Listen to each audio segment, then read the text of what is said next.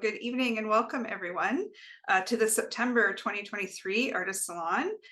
My name is Tycholis. I am the Richmond Art Gallery's Education and Public Programs Coordinator, and on behalf of the Richmond Art Gallery Association, I would like to welcome you to this program that I am hosting live from my home in Vancouver, otherwise known as the traditional unceded territories of the Musqueam, Squamish, and Tsleil-Waututh nations. I think it's important for us to reflect on that tonight during this week of, that's leading up to the National Day of Truth and Reconciliation. So as a person whose parents immigrated and settled on these lands, and our topic tonight of how to work as a newcomer artist to these lands, I feel it's important for us all to recognize and learn more about where we're from and the history of this place that we all live on and occupy. So I just want to express how grateful I am to be able to live here and to work here. And welcome to all of you out there from wherever you're zooming in from. And definitely feel free to say hello in the chat and maybe let us know where you're from as well. We always encourage getting to know a little bit more about who is out there in our audience that we can't see. In a few moments, I will be welcoming our guest artist presenter, Peisen Ding. He happens to also be one of the Culture Days ambassadors this year. Tonight's session is a part of Culture Days 2023 this year, which takes place for actually a whole month from September 22nd to October 15th. And so beyond telling you about that role, Peisen will be sharing his story about how he found work and community as an artist and an art educator as a newcomer to the Lower Mainland, and offer some tips for anyone out there who's also looking to work and contribute to their local artist community. But before we begin, I just want to go over a few housekeeping notes. For those of you who might be new to the Artist Salon program, this program is a free monthly series that takes place on the last Wednesday of every month. It is a series of free talks by arts professionals, and the goal really is to provide a mix of professional development tips, advice, as well as stories of inspiration to help strengthen and build up our artist community, and to encourage artists out there to keep on making and growing in your art practice. The Salon does also exist as a private Facebook group, providing resources mainly for artists in the Lower Mainland. So there's regular posts there about artist calls, any professional development opportunities, local arts events, and I also encourage you to post there with your events so that we can get to know more about you, and also I'll share our activities that are happening locally. You can find out more about the Facebook group on the Richmond Art Gallery's website, which is richmondartgallery.org. Again, feel free to share your events or any opportunities that you might see on the Facebook group. So now I'd like to introduce our guest artist. Peisen Ding's just fresh off from a busy Culture Days weekend that just kicked off. So I'm really happy he's able to join us tonight. I'm curious to hear how his Culture Days experience went, as well as hearing about all the other community work he has been doing as an artist and as an educator. So for all of you out there, I am just going to very quickly introduce Peisen to you, and then we will get started. Peisen Ding is a visual artist and art educator residing on the traditional, ancestral, and unceded territories of the Musqueam, Squamish, and Tsleil-Waututh nations. His art practice often involves the exploration of urban relationships, for example, relations with other individuals and built environments in the city of Vancouver through photography, painting, and/or whatever medium comes to the process organically. As a queer Chinese immigrant, it is also important for him to discover what life brings when living with different identities and cultures, and how art can show care, love, and courage to others who have similar backgrounds. His research and education mainly focuses on what art can bring to the learning of ourselves and the world around us. So welcome, Peisen. I am going to disappear for a while to monitor the questions in the background, and come back maybe during the short breaks you have planned within your presentation for those questions. So everyone out there, please feel free to send those in. But I have no more to say. I've talked far too long. So Peisen, I will let you take it away. Thank you. Yeah. So tonight, the topic is about working as a newcomer artist. Again, my name is Peisen Ding. My pronouns are he, they. I'm a queer artist from China, and I have a very light skin tone, and I also have very black and dense, thick eyebrows, which certainly give my face a character. Yeah, and today I'm virtually joining from traditional ancestral and unceded territories of Musqueam, Squamish, and Tsleil-Waututh nations, which is colonially known as Vancouver. I want to acknowledge that acknowledge the many nations and people who have and continue to steward the lands. And I also want to show my gratitude to them for their careful and teachings about this land and our relations. I came to Vancouver in late 2018 as a PhD student at the University of British Columbia, majoring in curriculum studies with a focus on art education. My research mainly focused on what art can bring to the learning of ourselves and the world around us. Besides my studies, I have also been trying to establish my art career here in Vancouver. My art practice, as Kathy said earlier, often involves the exploration of urban relationships. For example, the relationship with other individuals or built environment through different types of materials. I always welcome materials to come to the process organically rather than decide the material first and then do the artwork. Also, as a queer Chinese immigrant, I feel it's important to discover what life brings to us when living with different identities and cultures, and how art can show care, love, and courage to others. So in a way, we can bring people. We can like strengthening our community, and I also hope art can bring people together. That's one of the reasons that I applied to be the BC Cultural Day ambassadors this year, and I feel very lucky and honored to be selected. On the right side here, it's my most recent artworks. One is called Chasing Clouds. It's a large paintings hanging there. And the other one is called Mindscape. It's a ceramic landscape used porcelain clay. They are part of the interaction exhibition of mine showcased for BC Cultural Days at Grand Gallery. So I will explain them later in details. Today, my talk will cover 4 aspects: how to get to know yourself and your passion as an artist, and how to work towards the career goal, and how to make connections, and the importance of having confidence, commitment, and patience. Okay. So the first part, getting to know yourself. To me, it is always helpful to start with questions, no matter it's to figure things out or start my art practice. Here are 5 questions help me to firm my passion in art. Where do I come from? Where am I now? Where do I want to do? What do I care about? And who I want to become. So the first question, where do I come from? It shows a reflection, and it asks myself, like, what is important in my home, from my home culture, how I grew up, and then what kind of things maybe in my childhood influenced on me until today. So it's more like a look back to your past, and then think about what kind of influence it might show in the art practice, and then maybe some unique aspects might contribute to amazing art language. Yeah. And then the second question is, where am I now?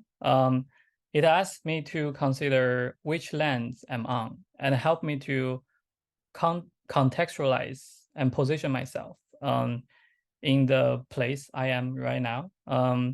So in a way, make me more conscious about things happening that's in Vancouver. So the next question, what do I want to do? It's a very simple question, but I think it's also important because it invites me to figure out what type of art I really want to do, and how I can consider art in a way, or why art is meaningful to me. So this is more like a reminder. And then the next question further pushes me to reconsider the art that I want to practice. And then for the final question, I think it brings the responsibilities as an artist, to think about how my art can contribute to the society in a way, and then how to think about action and consequences in a way as well, as an artist. So these are the questions that helps me to find my passion and then confirm my career goals as an artist. I hope you can also find some inspirations from these questions as well. And also maybe you can find your true passion as well. Yeah. Next step would be making plans. So here, I want to emphasize that we should make plans not only in terms of time, but also the place, because it's really important to think about where you want to establish your career and how you can contribute to that region through your work. So in a way, you can have a better sense to position yourself. So it's good to plan like a 3 years plan for your career, but I feel like really relate yourself into the place you are is very important, and then you will have a sense to know where to go. For example, what kind of art galleries you want to visit, which community centers you want to connect as well. So yeah, I think place is also very important. Okay. And then the other thing is to build up your profile. So I create my website actually not long ago. I think it's been there for like a year. I can show you my website. Just give me a second.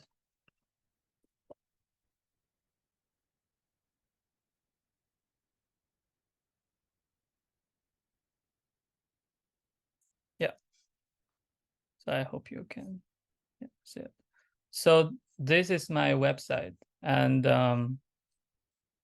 it's simple. It's not like it's not having a lot of pages. It's just actually one long page. And then I want to say that at the beginning, I feel like it might be too complicated and I might not having the time. But actually, once you start, you can just do it like within a day or two, and then list your work there, and then emphasize what you really want to do, and then what your art is about.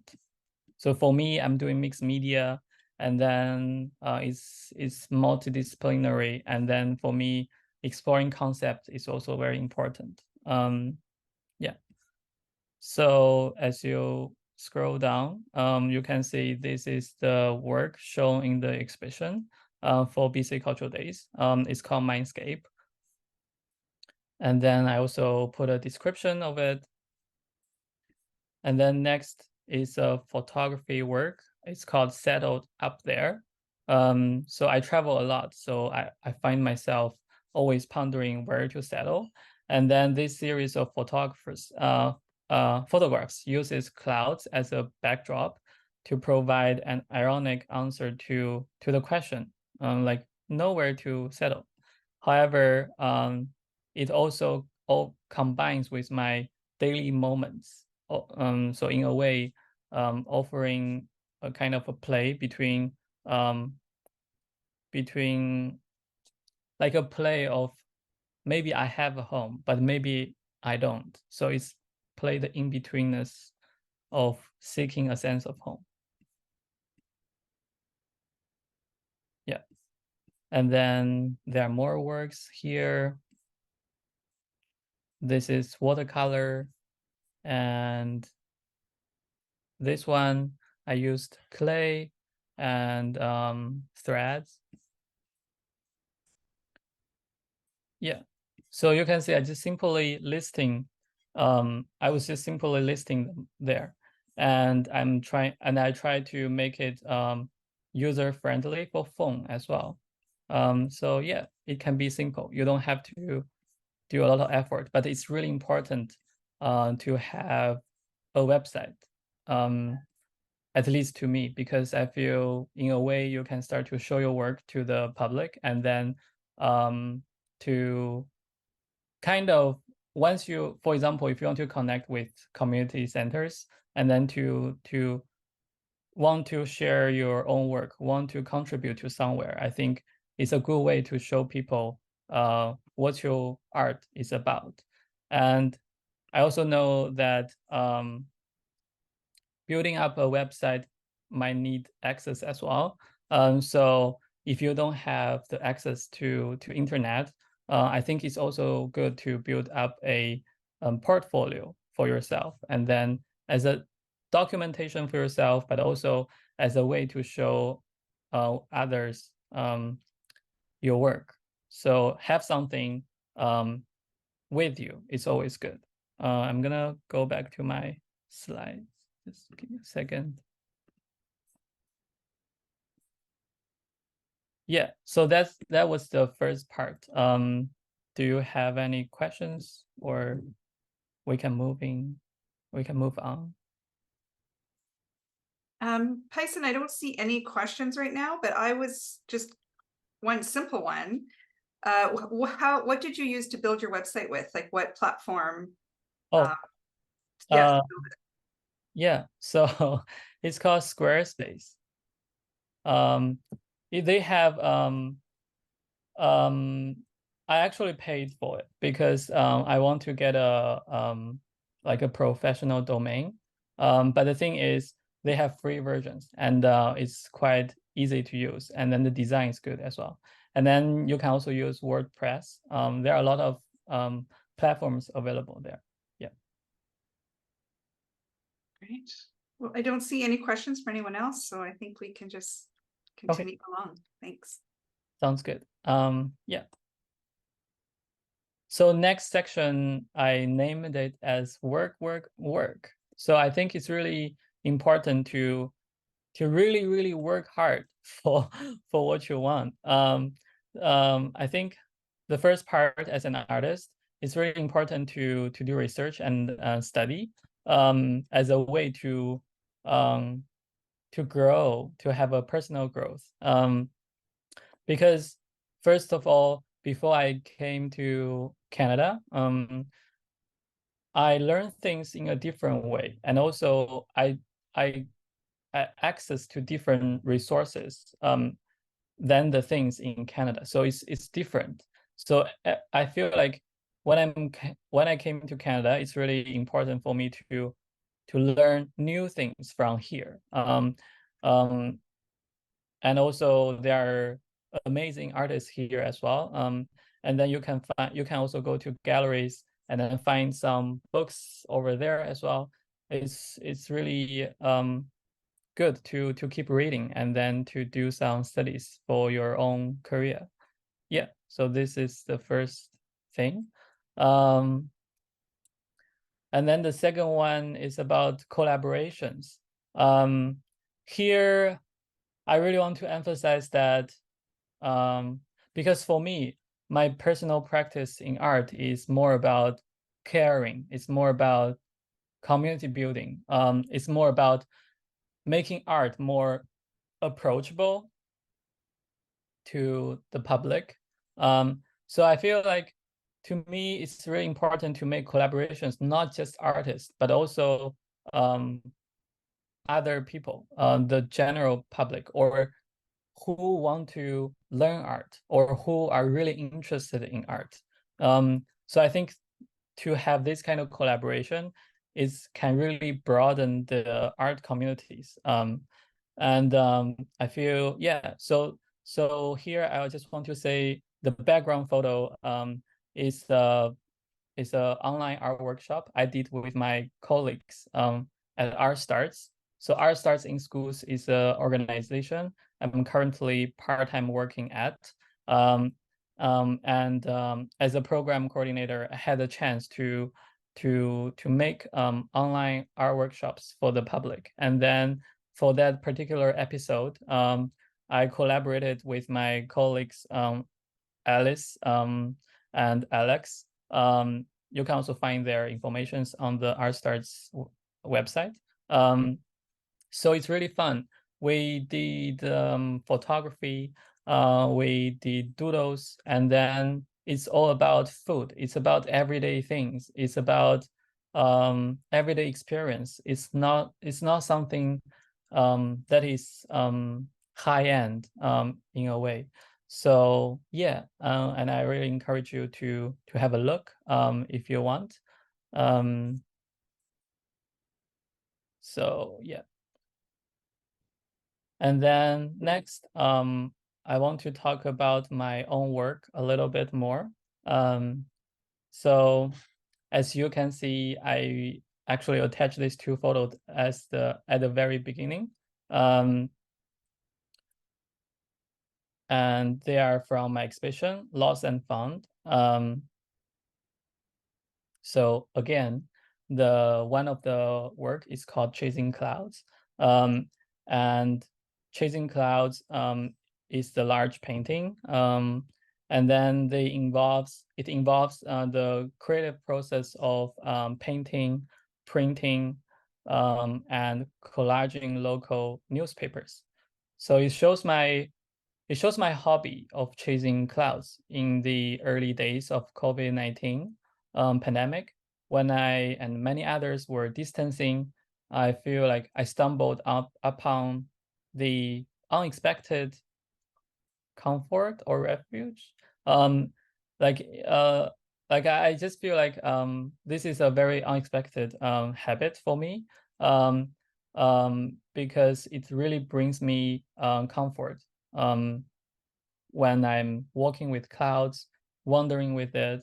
And I feel like just by gazing at the ever-shifting skies, it's kind of a source of a real comfort for me.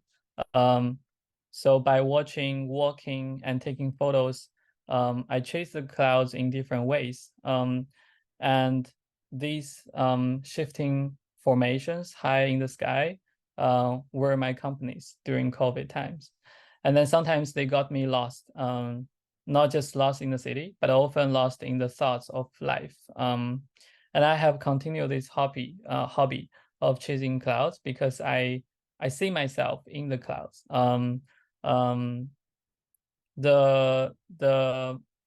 The dynamic clouds that shifted and reshaped due to the outside forces, while remaining true to themselves, resonated with my own feelings of being both an insider and an outsider in the city.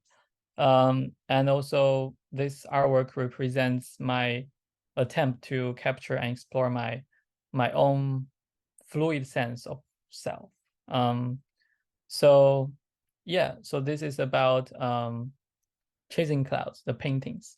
And also I want to mention that this artwork is encourage interactions. I come from China, and it's a place where with 56 recognized ethnic groups and many more that are not officially recognized.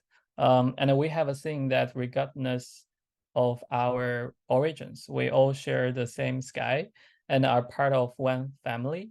So in this exhibition, particularly this piece, it features sky as a backdrop, and then the back of each piece, as you can see here, is covered by local Chinese newspapers and some news I want to share with the public. And then this is one way, my way of showing my concern for the local news that holds significance with my Chinese communities and underscoring my Chinese presence in here in Vancouver. But more importantly, I encourage the audience to interact with this piece. How? It's like I asked them to grab a paper and pen to write down some local news or a message that they want to tell. And then afterwards, after I collect all the messages, I will collect them and then attach them to the bag as well. So the artwork itself is evolving and growing as well, because I want to emphasize that we are sharing the same sky. So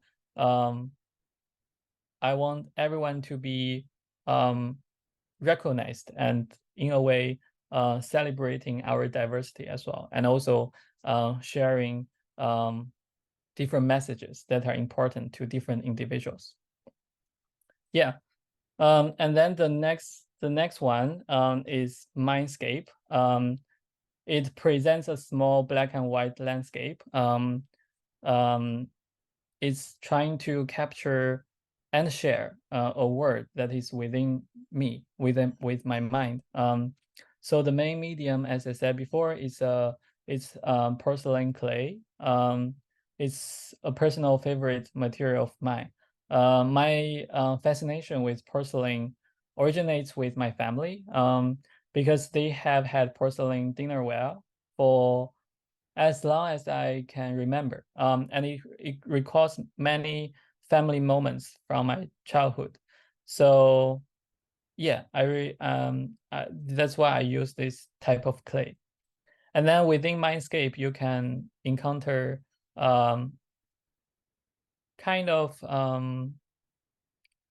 a space of my inner tranquility. And I think the term scape in Mindscape, the title I used, is similar to escape. So in creating this work, I practice escaping from the tangible world and creating a sanctuary within my thoughts. So the imagined terrain features serene mountains, as you can see, resembles the ones in traditional Chinese paintings. And in those paintings, mountains symbolize a state of mind rather than a true depiction of reality. So likewise, in this piece, they stand as emblems of inner peace. Their forms not confined by accuracy, but guided by emotions. And also besides these mountains, there are ethereal clouds trying to wave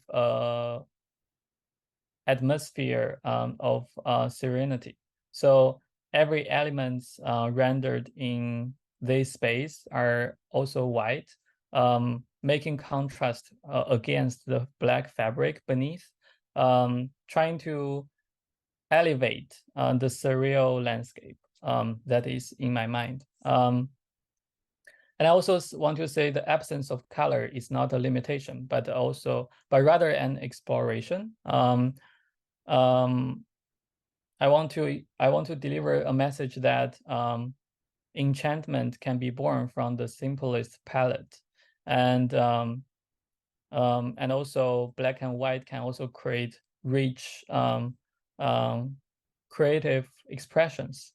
Also, as you stand before this piece, you can see there is a mural at the very back. So in a way, I'm inviting the audience to step into this space in a way, and then trying to imagining their own mind space while witnessing mine. Yeah. So next piece, you can see there are treats. There is a drawing station, and then there's also a bed. So it's a setup. So I call this piece a space to belong. So there are 3 stations. One is a napping station, as you can see here, and then the blanket has the clouds on it as well to kind of responding to the other 2 pieces as well. And then after napping station, there's a drawing station, so people can draw or write about their feelings or their imaginary space. So yeah, you don't have to draw or paint if you don't feel comfortable. Writing is totally good as well. And then next to the drawing station, there is a snack station. So it has all my favorite snacks from my childhood. For example, the white rabbit candies, and then the rice crackers. The brand is called Wang Wang. And yeah, so there are also many other treats on that table.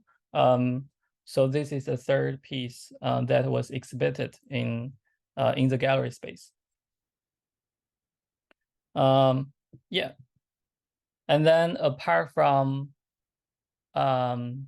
doing an interactive exhibition for BC Cultural Days this year, I'm also facilitating community workshops. For example, there will be a one at Gordon Neighborhood House on October 13 or 15. Sorry, I don't remember.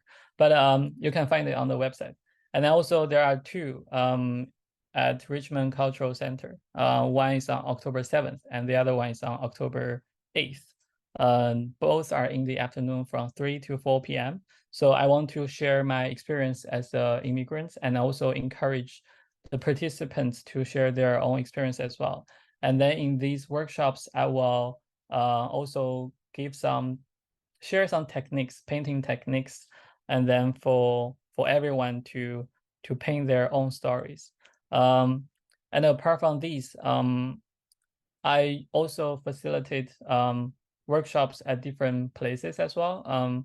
Apart from for BC Cultural Days this year, I think as a person believe in community art, I feel doing workshops for the community is really important because it brings people together. It can really motivate or invite people to start to love art or think about art as something that is approachable rather than, oh, I don't understand art. Oh, art is too hard. So I hope my own practice can break that barrier or that kind of thoughts for the public. Yeah. Next is to develop community resources. For example, for me, I'm developing resources, free resources, focusing on accessibility and inclusivity. For accessibility, for example, every time if I have a meeting, I'd love to do accessibility check also for my workshops as well. And then visual description is important. At the beginning, I tried to do one because I said like I'm from China and I have a light skin tone, and then I have dense and black eyebrows. So I just trying to describe myself, my look, try to like give a visual description to increase the accessibility for certain individuals. And I think it's an important practice, and I will keep doing it. For example, in the future, I will try to do visual descriptions for my artworks as well, so more people can feel it. And then the next one is ASL learning, American Sign Language. So currently, I'm also learning ASL as well. And then the next part, accessibility of art. As I said, I always I always want to emphasize that art can be approachable. Art can be about love and care. It doesn't need to be something super far away from our life. It can be from our everyday life, and then and then we can collaborate art with whoever we want. It doesn't need to be some artist or famous people. And then for the inclusivity, it's the same. I aim to put my effort into building inclusive community, inviting people to come to my show, inviting people to do art together. I think it's all important, and also doing research about the local communities is important as well. So in a way, you know where you should go or where you can contribute to. Yeah. And then the next part is about sharing. I think sharing is caring as well. For example, there's a website called BC Alliance for Arts and Culture. To me, there are a lot of jobs available there. Like every day there might be new listings. But I don't think it's a right way to apply to everything. Sometimes I feel for myself, I apply to jobs that I feel like I'm a fit and I can do good things for it. So I apply to those jobs. And then, but I don't think it's good to apply to everything. First, it's because it's really energy consuming and time consuming. Second, I feel why not to share those opportunities to other people who fit better. And then in a way, you can also make connections. In a way, you can show care by sharing opportunities, and then to build a community that doesn't have this kind of unhealthy competitions. Yeah. So that's the second part. If you have any questions, let me know as well. I'm gonna quickly have some water. Sorry, I muted myself. We had a few, and they're kind of divided into asking questions about your community work and then asking questions about your artwork. So maybe I can start with the questions about your artwork. Sounds good. So first they were, who and what are your biggest artistic influences? So for me, I think when I was a kid, I was hugely influenced by my family because my father doing Chinese calligraphy and also Chinese landscape painting, as well as one of my uncle. And then my uncle also do printing as well. So yeah, and then my grandmother doing weaving and crafts art. So when I was a little kid, I was really influenced by them. And then when I'm growing like older, when I went to the university, my painting is actually influenced by a British painter called David Hockney. And then because I love the way he used colors, and then how do you say? I also want to like support artists from LGBTQ communities. So I just feel like I feel connected in a way. And of course, like when I was in China, we really focused on the training about like traditional training of practice art. So I got some influence by Monet, Impressionists, those artists. But I'm trying to how do you say, de-learning or rediscovering myself for my art. And then when I'm stepping to Canada, when I moved to Canada, I start to get influenced by a lot of photographers because, for example, the Vancouver photographer, Herzog, and then his photography of Vancouver is amazing. And then, yeah, so I just keep getting influenced by different people. And then I think it's also a way of learning as well. Yeah. Great. Another question was, do you have a personal favorite medium to work with? I don't think I have a favorite medium, but I feel I have a most comfortable medium, which is painting, because I've been practicing it for more than like 10 years, 15 years. So this is my most comfortable medium. But fave, I don't really have a fave. It's really about the process and then the thoughts, the concepts, and then what mediums might be suitable for the process. Yeah. So related to that too is, what motivates you to create art? Yeah, I think I think this changes over time. So when I was younger, and then before I went abroad, I feel art can be a way to express myself, and art is a hobby, but also can be a career. So I was just really into art. But after I went abroad, I went to the UK to study my master, and I came to Canada afterwards. So I realized, I started to realize I want to practice care through arts. I want to, how do you say?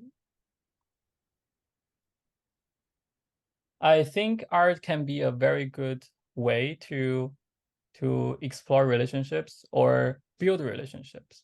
Yeah, in a sense, like care, and then building up, strengthening certain communities, or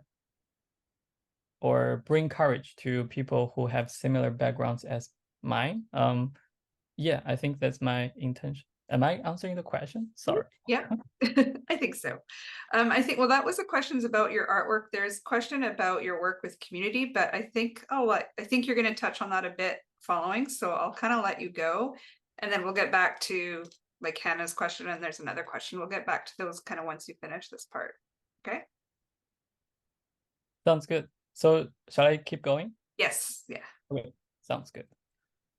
Yeah, so next part, making connections. I want to say I'm not an artist who seek for profits, or I'm not really into commercial arts. So what I'm trying to say here is about building connections with communities, and then trying to do something meaningful in a way, like at least to myself. So for example, this year, BC Cultural Days has involved this fantastic activity called Vancouver Art Walk, and then you can find it on BC Cultural Days website as well. It's great because it's a walk, and then you can visit different galleries in the east side of, not really east side, I think Hastings, in the area of Vancouver. And visiting art galleries, especially nonprofit artist-run galleries, is really fascinating, because every time I go there, I just feel like it's so easy to connect or talk with the people there, and then they are so lovely. I've never had a bad experience, and then it's also a great way to connect with local artists and art galleries as well. And then another two ways might be sign up for the art events, subscribe for art newsletters, so on and so on. So yeah, so the first part, I just want to say there are ways of like it's important to connect with local art scenes as an artist or as someone who really interested in art. Yeah. And then the next part, I want to share a little bit about my experience at Art Starts in Schools. It's a nonprofit charitable organization as well. It's a gallery for youth, and I think it's the only gallery for youth and kids in BC. So I really enjoyed working there. And the background is a window exhibition I curated, and then it's showing different kids' work, kids' stories, and illustrations. Yeah. The reason why I'm trying to talk about my experience at Art Starts in Schools is because I want to say it's really important to make connections with, how to say, because my career or my background is not just in art but also education. So Art Starts in Schools it was a perfect place for me to work at. It's bridging the art with education and with young audience. So I think as a artist and educator, I feel it's really important for me to make connections with people who have similar career goals, find the right group, and then also making connections with local schools and getting to know more about the education system, getting to know more about the grants from BC Arts Council to the schools here. Yeah, that's why I want to share my experience, because for example, here I knew amazing people like Elisa Martins, who is a Canadian poet, and also passionate about bridging art and education, and then how to think about youth agency, and also like the artist Kay Slater, who is really good at doing accessibility work, and then they are all amazing people, and there are so many of them at Art Starts. Although the two I have mentioned have left, but it's really important to make connections with people who have similar goals, and then to communicate, to learn together, to grow together. Yeah, that's why I want to share this experience. And then next is I want to share like how to make connections with communities, because it's also one of my main focus for my practice. So this year I feel very honored and lucky to be one of the BC Culture Days ambassadors. And then the sorry, and then the theme of this year is access, inclusion, and resilience. So for me, I think as an ambassador, I think it's really important to how to say, to consider these aspects for my own art practice, but also trying to promote these things for community building. For example, prioritize accessibility, prioritize inclusivity, and then, yeah, I feel like it's great that I've been working for these things as an ambassador through my events. And then even like there are many other opportunities to do similar things as well. I want to say, like, you don't have to be an ambassador and in terms of to do this kind of works. You can just reach out to community centers, and then or maybe some learning centers as well, offer help or offer some workshops, and then it will be great as well.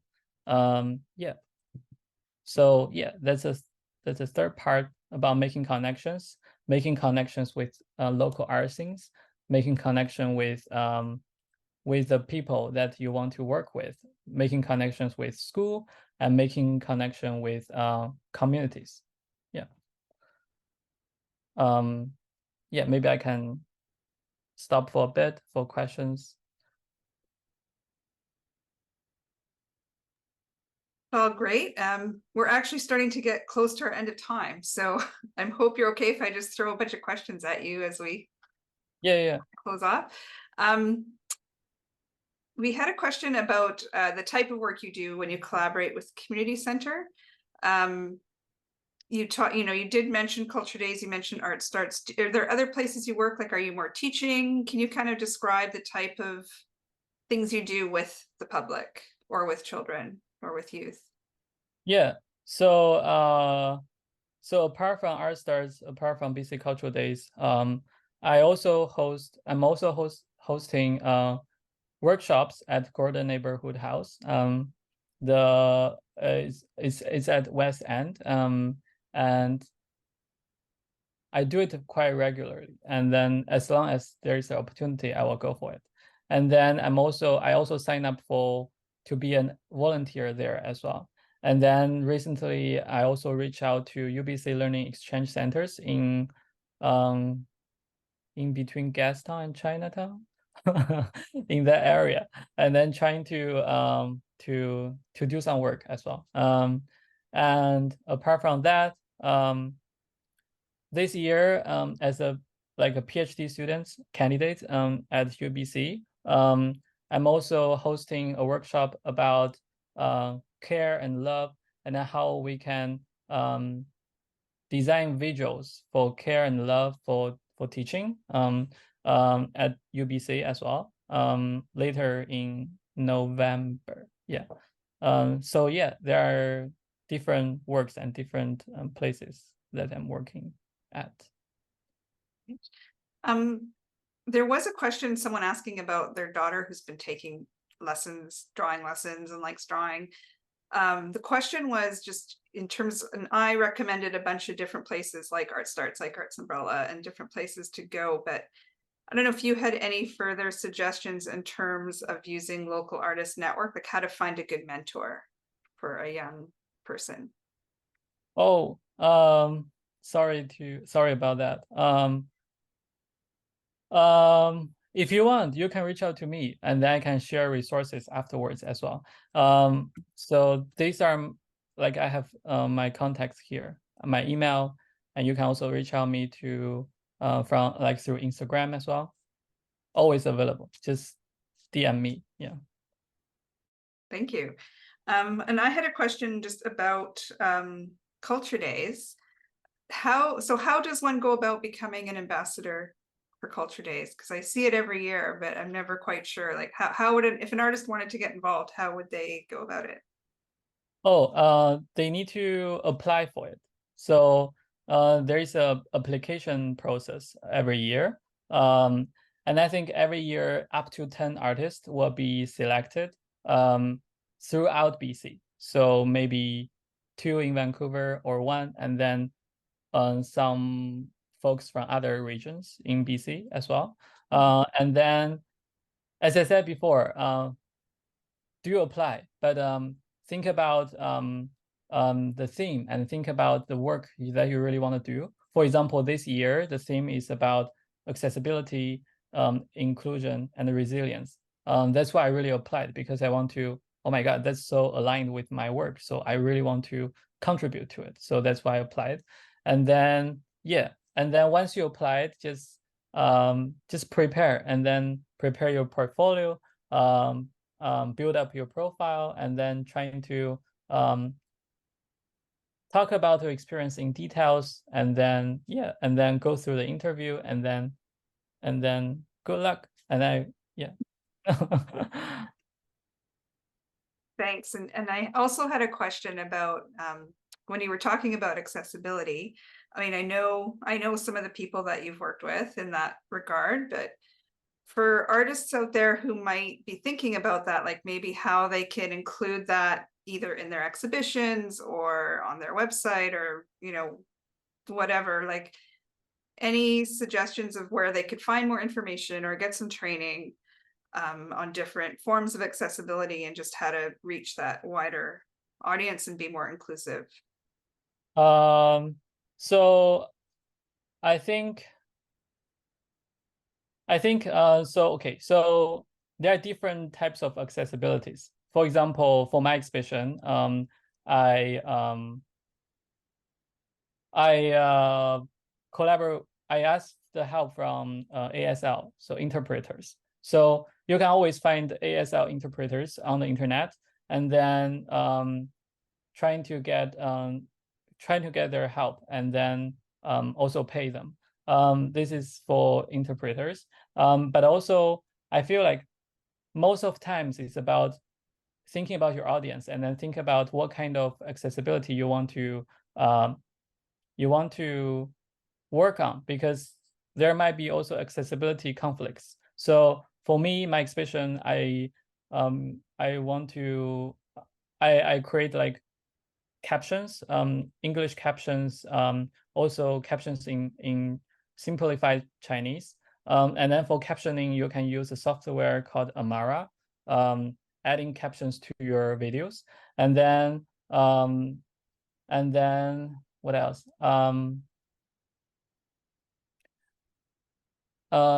And then also trying to, for example, if you're booking exhibition at places, trying to figure out the accessibility there. For example, if they have gender neutral washrooms, if they have the access for wheelchairs. So make sure about the facility first and then go for it. And then I'm also, for myself, I'm also trying to develop some resources, for example, for visual description resources. So if you want, you can reach out to me as well, and I can share the resources. Yeah. Great, thank you. Well, thank you for being so generous with your time and your information. I see we're just at 8 o'clock, so I don't see any other questions unless anyone wanted to throw one up real quick. Otherwise, I'm just gonna say thank you, Peisen. This was great. It was great to learn about your practice, and it was great to hear about all the different organizations and opportunities that exist in this area of the Lower Mainland. Like there are so many different organizations that an artist could work with, really depending on what their focus and their interest is. So thank you so much. And thank you everyone out there for attending today. We really appreciate you joining us online. This will be edited and available as a video really soon on our website. And we will be hosting another Artist Salon online next month, last Wednesday of the month again, with a completely different topic and a different artist. So hope you can join us then. Meanwhile, thank you everyone so much for supporting us and for being out there and for watching us. And Peisen, thank you so much for being my guest tonight. I really appreciate it. And thank you to my colleague, Melanie, who's in the background helping me out. I really appreciate all the help she gives me too. So thank you everyone. And until next month, take care and we will see you soon. Bye. Yeah.